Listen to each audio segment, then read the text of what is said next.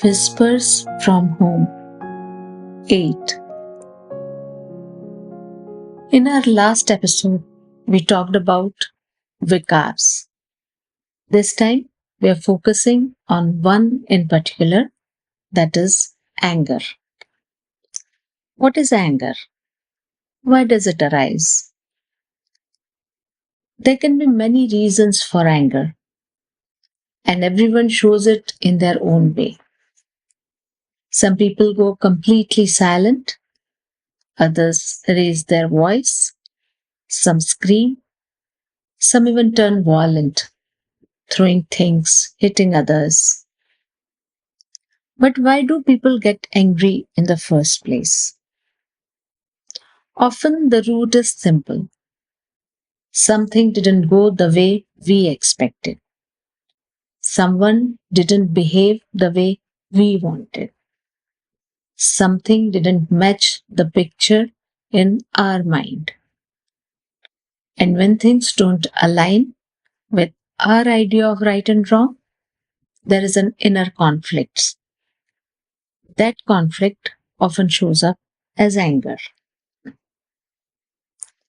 If we look a little deeper, we might notice our ego at work.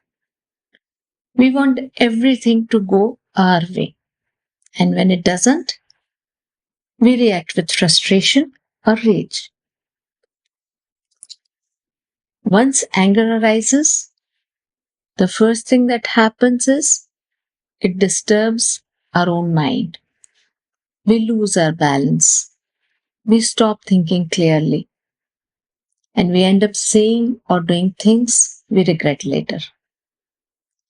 Sometimes we damage relationships or cause harm that can't be undone. But anger doesn't only affect us, it spreads. It spreads like a chain reaction. Imagine this: someone gets angry at work but can't express it there. They come home and a small incident triggers them. They lash out at their spouse. The spouse, confused and hurt, passes on that frustration to the child. The child, not knowing what to do, may argue with a friend or even take it out on a pet. So the anger spreads from one to another.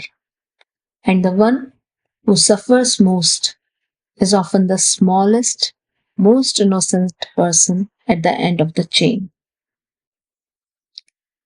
It's the same when we get hurt.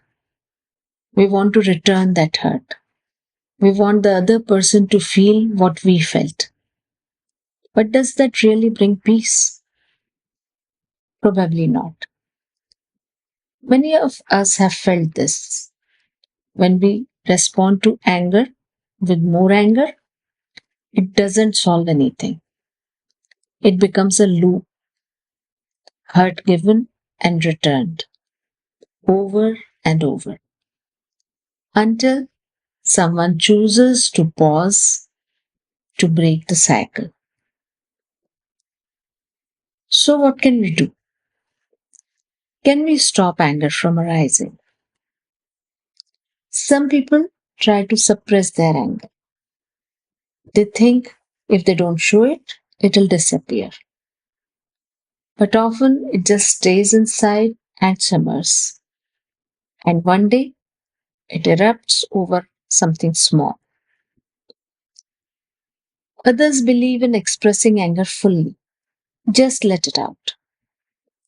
But uncontrolled expression can damage relationships.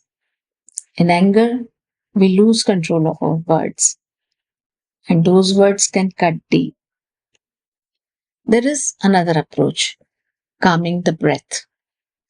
When we are angry, our breathing becomes shallow and fast. So, if anger can affect the breath can also influence the anger. Taking deep breaths can bring calm and clarity. In the middle of all this, Sant offer a different path, the path of deeper understanding. There is a story. One day, after a spiritual talk, Mahatma Buddha was walking back. A man from the crowd came up and spat on him. Everyone was shocked, but Mahatma Buddha remained calm. He wiped his face and simply asked, "Would you like to say anything more, or shall I go now?" The crowd stood silent. Even the man was stunned. Mahatma Buddha walked on. The next day, that same man returned, but this time he fell at Mahatma Buddha's feet. "Please forgive me," he said. "What I did was wrong." Mahatma Buddha smiled and replied, "The person who spat is no longer here, and the one you're asking forgiveness from is also not the same. So there is no anger and no need for forgiveness." Such simple wisdom, such deep insight. When someone is angry, they are not in their senses, and how we respond at that moment defines our own path of growth. We also need to understand that sometimes expressing anger is necessary, like when a teacher needs to maintain discipline or when we stand against injustice. Sant say a wise person's anger is like a line drawn in water.